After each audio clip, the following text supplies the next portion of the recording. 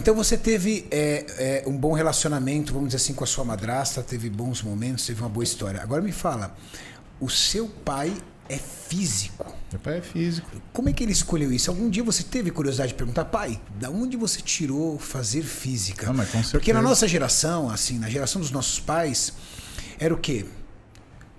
3, 5% das pessoas faziam faculdade? Devia ser isso no máximo. Já era muito difícil. Olha, eu vou te falar e, assim, talvez...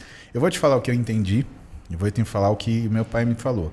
Meu pai me falou que ele queria entender o que é a vida, o que é o universo, né? Ele tinha duas opções. Ou ele estudava religião ou ele estudava física. Ele foi para física. E o que aconteceu com meu pai? Meu pai teve uma história trágica, Renato. Meu pai perdeu a mãe com 2 anos de idade.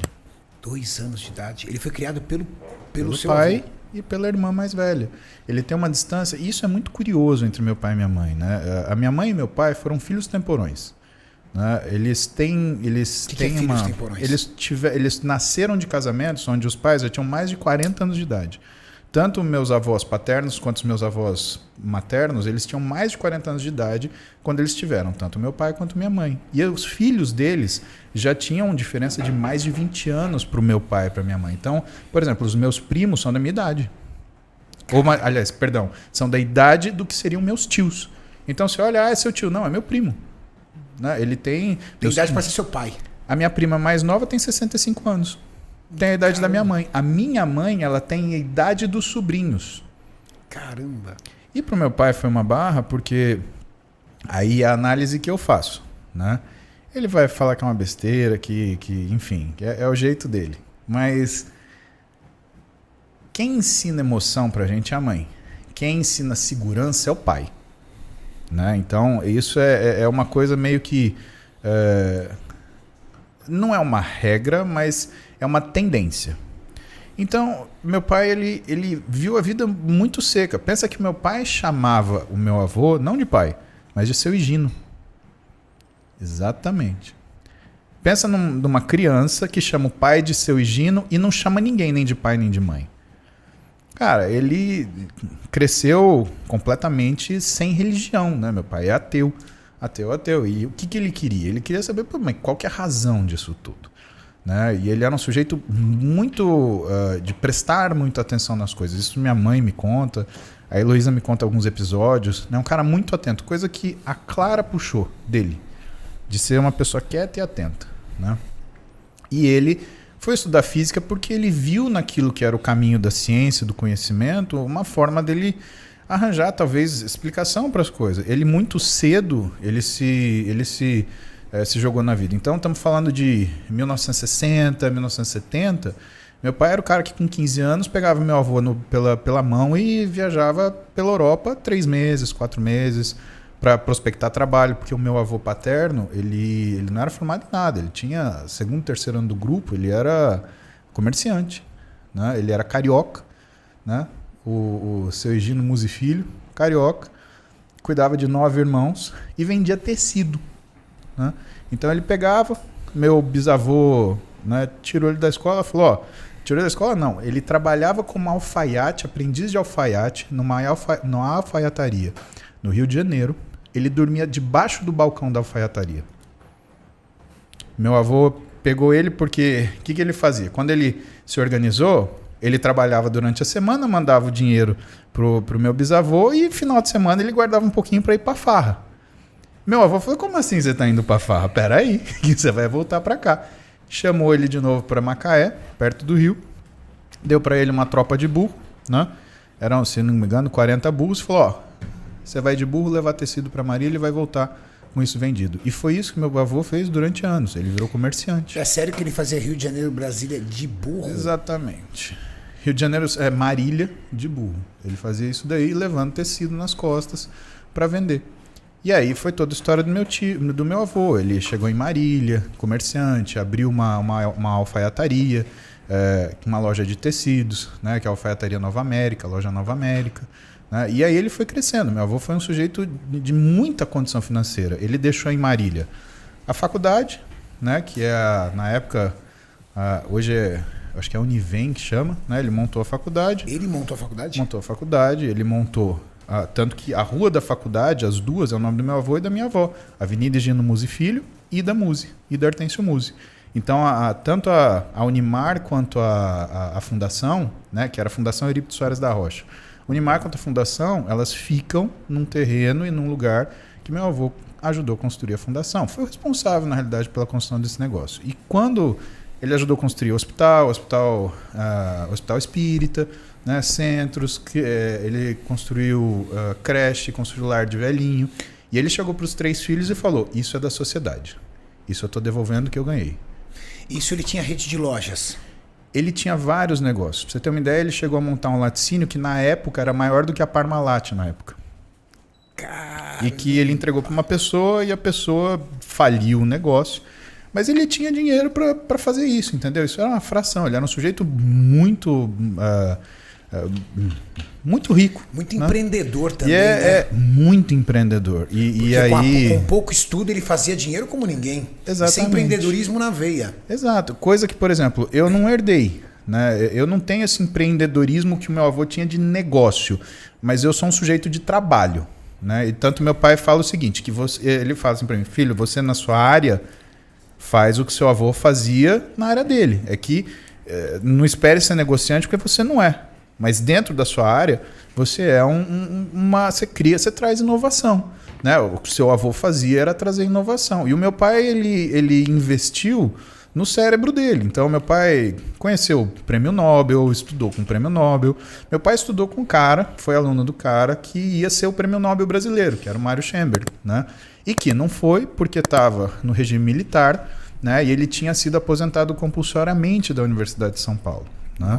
E aí, como o professor Mário, ele tinha sido aposentado compulsoriamente, ele não podia ser eleito pro Prêmio Nobel. Mas meu pai estudou com esse cara. O trabalho do meu pai é um negócio, Renato. Quando ele fala, a gente fica tentando, sabe, captar o pedaço, porque é uma coisa que nem matemática explica direito. É complexo. Física, por isso que eu perguntei física.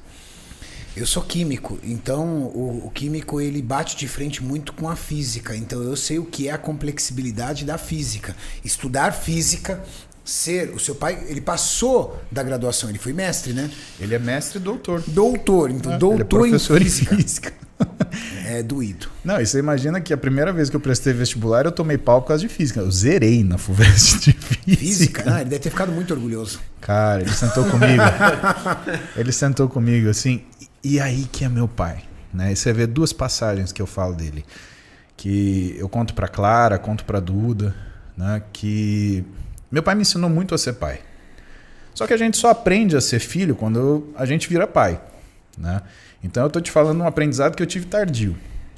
Então quando eu não passei da faculdade a primeira vez, ele sentou, pediu a prova, ele olhou para mim e falou assim, realmente está muito difícil. Isso daqui, Paulinho, precisa de treinamento. Sabe o mesmo treinamento que você põe no seu corpo? Você vai precisar fazer para a tua habilidade em física. Eu zerei, Renato. Eu zerei física na segunda fase da FUVEST. Zero redondo, assim, de ter questão que eu nem escrevi. Porque eu falei, se eu escrever, eu vou tirar -1. E aí, eu tinha um plano de estudo no vestibular que era o seguinte, o cursinho ele te dava os exercícios básicos que todo mundo fazia. E aí tinha uma coisa que chamava série de desafio. E o meu pai falou assim, olha, você quer uma coisa que pouca gente tem. Então você tem que fazer o que ninguém faz para você chegar nisso. Se você for fazer o que todo mundo faz, você vai chegar no que todo mundo tem. O que todo mundo tem? Não aprovação. O que poucos têm? Aprovação. Então faz o que ninguém faz. Eu saía do cursinho, eu lembro, mais ou menos 12:30, ia para casa, ficava estudando direto até às 8. Às 8 eu fazia musculação, jantava e ia dormir. Todo dia. E final de semana?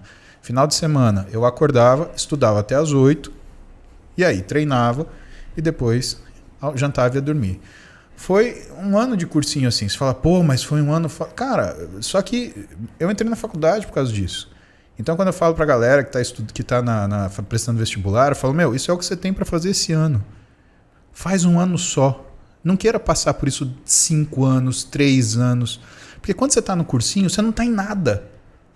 Você não tá nem na escola, porque você já se formou, e você não tá na faculdade, só que você já é um homem. Parece que você tá no limbo ainda. Então, para de gastar tempo. E eu brinco com eles, falo, né, que o que resolve isso chama HCC. Conhece esse conceito? Não. Meu pai que me ensinou também, chama hora de cu na cadeira. Então, assim, HCC, cara, resolve qualquer coisa. E outra coisa que eu tinha tomado pau, redação. Eu tomei 3-0 de cara quando eu cheguei no cursinho e fiz redação. Eu fiquei apavorado. Meu pai pegou, olhou e falou assim, olha, a tua história é boa, mas tua escrita é horrível. E aí, toda semana, eu fazia ou no sábado ou no domingo 2 redações e segunda-feira eu entregava no cursinho.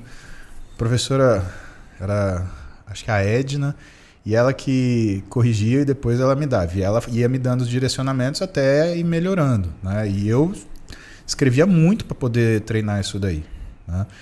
E isso foi o que, assim, as coisas que eu me lembro que faziam diferença, elas estavam relacionadas ao esforço. E meu pai conseguiu enxergar em mim que eu conseguia entender a linguagem do trabalho. Porque eu trabalhava o meu físico.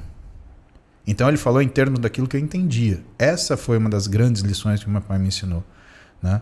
Falar na linguagem que seu filho entende. Porque meu pai nunca treinou, Renato. Meu pai ele tinha aversão à atividade física.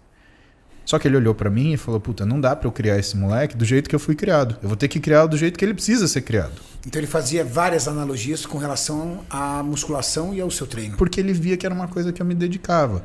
E aí a segunda coisa, a segunda parte, que é a diferença, né? Quando eu passei no vestibular, ele virou pra mim e me perguntou. E aí foi uma outra coisa que eu entendi, né? E aí, se você não tivesse feito, o que você ia fazer?